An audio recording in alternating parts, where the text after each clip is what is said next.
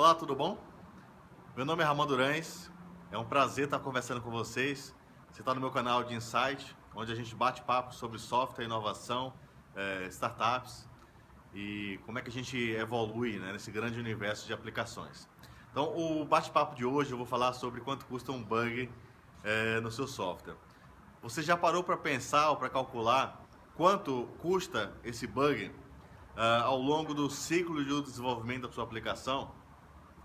Então, existem várias formas da gente identificar um problema, né? É muita ilusão da parte de qualquer um achar que nunca vai ter erro, tá? Isso aí é uma ilusão. A gente tem que trabalhar de forma proativa, né, para evitar que os erros aconteçam e, caso venham a acontecer, a gente consiga atuar da melhor forma possível e tendo uma estratégia de desenvolvimento também direcionado a toda a parte de automação de testes para garantir com que esse ciclo de problemas seja reduzido. Então, na prática, se você for investigar quanto custa um erro em produção, imagina nas proporções de hoje, né? Você está pegando um avião agora e aconteceu um problema no seu avião por um problema de software, né? Você está entrando no seu carro e o seu carro está até consumindo mais combustível por problema de software. Você está chegando, sei lá, num determinado prédio, o elevador não para no seu andar por um problema de software. Esse é só um pequeno leque de exemplos para a gente começar a medir o quanto custa um erro em produção. Pouca gente começa a pensar sobre isso, né? Vai naquele modo, vai levando. Bate no peito, é o modo Tarzan, né? E vamos em frente, a gente faz assim, a gente aprendeu assim e a gente tem que sofrer assim porque software é assim, tá? Isso é a conversa mais louca e insana que eu já escutei, tá? E continuo escutando ainda e tenho trabalhado para a gente mudar essa visão. E hoje eu estou chamando justamente essa provocação, né? Você já parou para imaginar quanto custa um erro em produção? Existem pesquisas de mercado que apontam isso também, mas acho que você, se você trabalha na área de software, você sabe responder facilmente essa pergunta. Só para você ter ideia, um erro em produção, sem medir outros impactos, custa cerca de 30 vezes mais, né? Então, o custo que você estaria desenvolvendo um software corretamente, se você desenvolve ele com erros, ele vai te custar 30 vezes mais. E aí eu chamo a você para um momento muito importante. É mais caro manter um software do que desenvolver um software. Parece a coisa mais estranha que você está escutando hoje, nesse dia, tá? Mas se você for avaliar os grandes, pequenos, médios projetos de software, você vai observar que o custo de manutenção ele é mais caro do que o custo de desenvolvimento, porque não é barato operar um software. Muita gente começa fazendo um software achando que vai ser barato. Pesquise aí no mercado, por qualquer empresa que desenvolve software, você vai ver o quanto é custoso manter uma aplicação em produção, principalmente uma aplicação que não teve nenhum tipo de projeto, nenhum tipo de estratégia. É muito custoso, tá?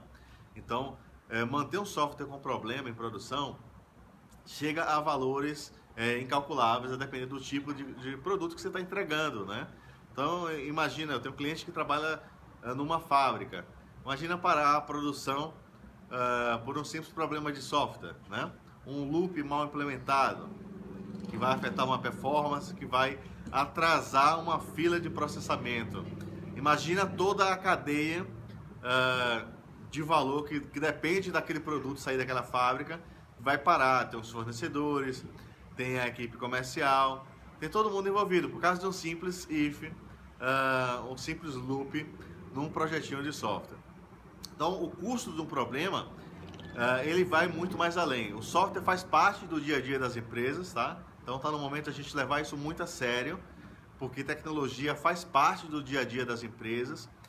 E o meu trabalho, junto com vocês, é mostrar cada vez mais a importância de se construir software com seriedade, tá? Software não é pão de queijo, que sai uma fornada quente toda hora, tá? Isso é alucinação. Se você está vivendo um mundo louco como esse, comece a refletir, porque tem algo que não está funcionando corretamente. E aí é fácil a gente começar a identificar, né? Você já teve a oportunidade de passar horas e horas, dias, virar noites, resolvendo problemas? Você já trabalhou em um projeto que passou o dia todo trabalhando e no final do dia ficou aquela sensação que você não fez nada, apesar de você ter corrigido um monte de bugs? Você já trabalhou em um projeto onde cada vez que entra mais pessoas, em vez de o projeto crescer, mais problemas aparecem? Fala pra mim, comenta aí nos comentários se você já viu isso em algum lugar aqui no Brasil ou em outro lugar do mundo, né? Se você não quiser citar no Brasil. Então, isso é a nossa realidade e isso é o custo, né, do problema em um software. Você já parou para pensar o quanto é difícil entregar um projeto de software? Por que os projetos não entregam? Por que os cronogramas não funcionam? Porque gasta-se tanto tempo fazendo coisas que não são relevantes, em vez de construir software com qualidade, né? Então, essa é uma série de discussões. O tamanho desse problema, ele é gigantesco. Se a gente falar de economia do país, a gente está falando de milhões, bilhões ou até bilhões e trilhões de reais de dinheiro, tá? Efetivamente dinheiro, tempo, porque a gente tem que somar hoje sempre dinheiro e tempo, porque uma empresa pode sair do mercado se você não entregar um produto com qualidade, tá? Vai afetar tudo de uma maneira geral. Eu já tive uma oportunidade de observar um cenário onde um software ruim, com bug, estava entregando cobranças erradas para os clientes, né? Vocês não têm ideia da quantidade de processos que essa empresa tomou para poder pagar um simples bug de um problema que poderia ser construído corretamente, com teste automatizado, para atacar essas questões, né? Então, aquele custo de investir em qualidade, lá no início, ele não representa nada. Quando você move esse problema ao longo do seu projeto, até colocar ele em produção no cliente, o custo você vai sentir e vai ser muito forte, tá? Chega a ser forte de abalar até a estrutura da própria empresa, abala a estrutura das pessoas que se cansam de trabalhar nesse tipo de projeto, né? Fica naquela sensação que você sai de casa, passa o dia no maior esforço e não resolve nada, né? Então isso faz parte da realidade. Então tudo isso é só para vocês estarem dentro do mesmo contexto, para a gente discutir na mesma língua, sem conversa direta, sem palavras bonitas. Você está participando aí dos comentários, comenta, fica à vontade, convida outras pessoas para essa discussão, é muito importante, tá? É a realidade que as pessoas não gostam de falar, e eu gosto de falar a realidade, porque o meu dia a dia é trabalhar com projetos de software, tá? Tenho feito isso nos últimos 20 anos, trabalho na 2PC com isso, então a gente escuta e vive diariamente, né, esses cenários, e a gente tem trabalhado justamente para poder mudar esses cenários. Felizmente as empresas perceberam o momento, né? Então precisam ser mais eficientes, né? E manter software com problema é um custo desproporcional, elimina a empresa para de evoluir. Se você observar os itens que eu citei no início dessa conversa e observar sobre o ciclo de evolução da empresa, você vai ver que a empresa fica travada, né? Resolvendo o problema, não consegue modernizar as aplicações, acaba criando um legado desproporcional, com um custo desproporcional à rentabilidade do próprio negócio, né? Eu não estou nem levando em consideração o problema de você soltar uma aplicação ruim para um cliente e gerar um prejuízo no cliente, né? Porque às vezes a gente acha que aquele problema só está acontecendo ali na área de desenvolvimento. E aí você coloca em produção e pode gerar um erro desproporcional, né? Porque o mercado, a gente todo é movido a software. E uma empresa que está fazendo uma comercialização online, por exemplo, com um problema e fez uma venda errada para milhões de pessoas, imagine o tamanho do prejuízo que isso gera, né? Então isso é o mercado, gente, isso faz parte.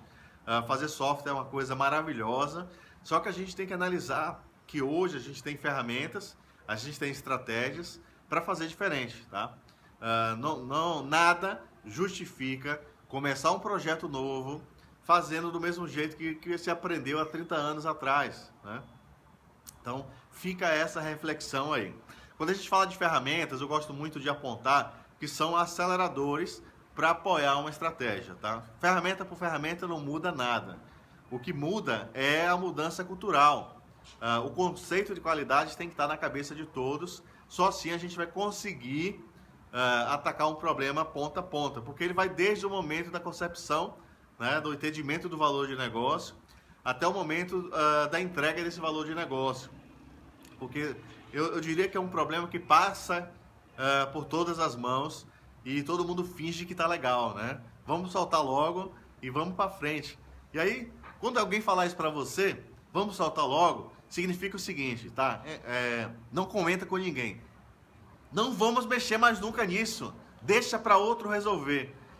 Só que isso é um ciclo, meu amigo. Esse vamos fazer de qualquer jeito, ele vai se acumulando e forma uma coisa muito crítica, que a gente chama no mercado de débito técnico, tá? Então, esse débito técnico pode ter um custo desproporcional à sua capacidade depois de pagar esse débito técnico, otimizando a sua aplicação. Então, muito cuidado nos seus projetos de software, porque você pode estar sujeito a estar vivendo um cenário desse, provavelmente um cenário que já aconteceu. E o pior, né, é você iniciar um projeto novo já criando problemas, porque você vai ter esse problema e vai virar uma situação insuportável para o negócio. A gente tem a série de ferramentas que apoiam dentro de uma estratégia de DevOps para construir a sua aplicação. Eu vou citar alguns pontos que eu acho legal, mas enfim, as possibilidades são gigantescas.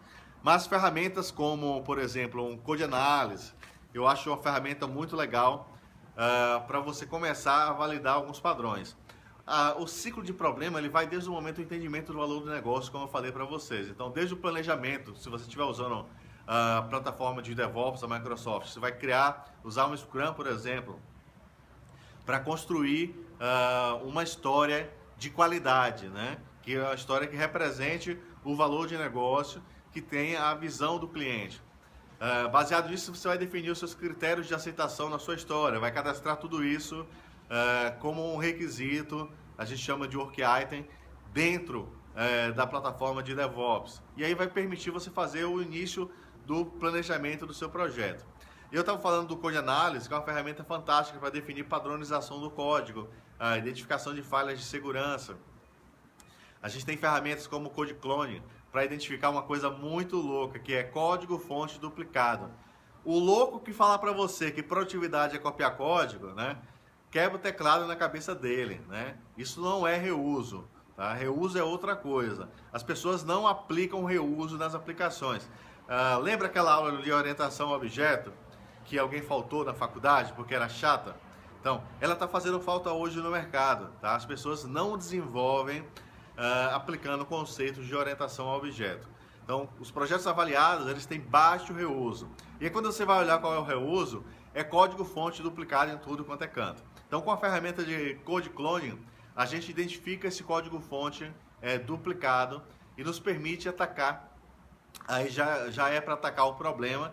E se você está usando isso durante o seu desenvolvimento, você vai inibindo a duplicação de código e vai discutindo a implementação do reuso.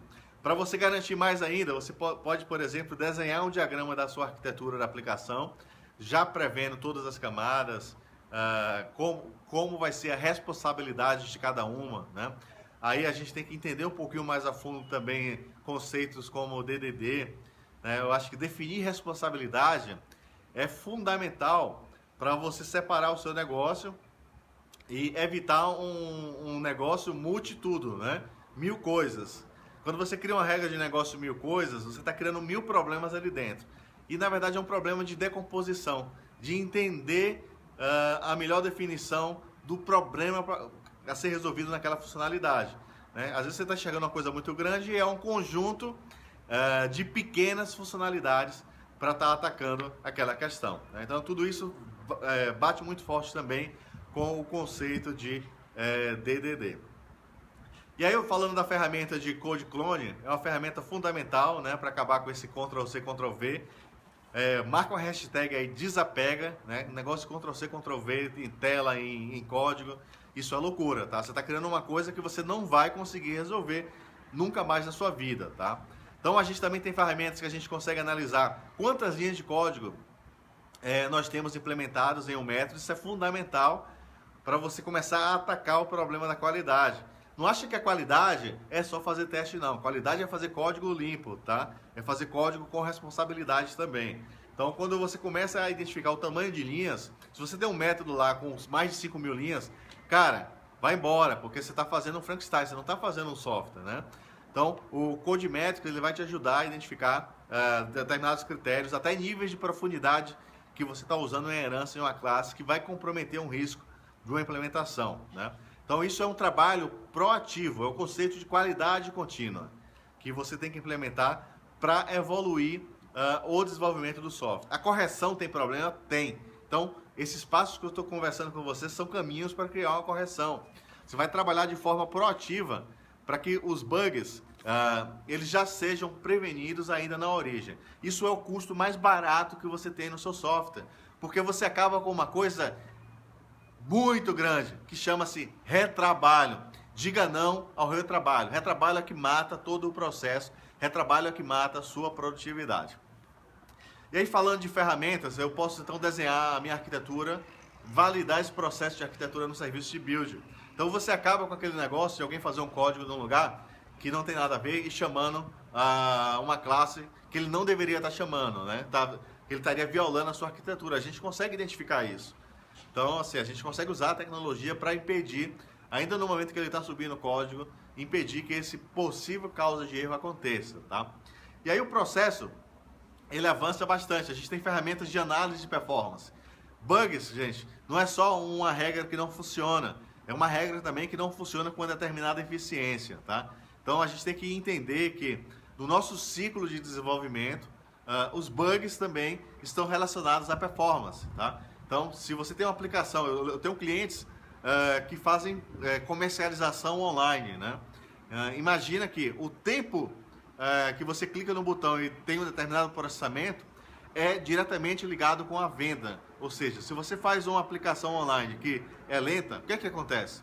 Você fecha o site e vai para um outro concorrente. O concorrente está na outra aba do navegador.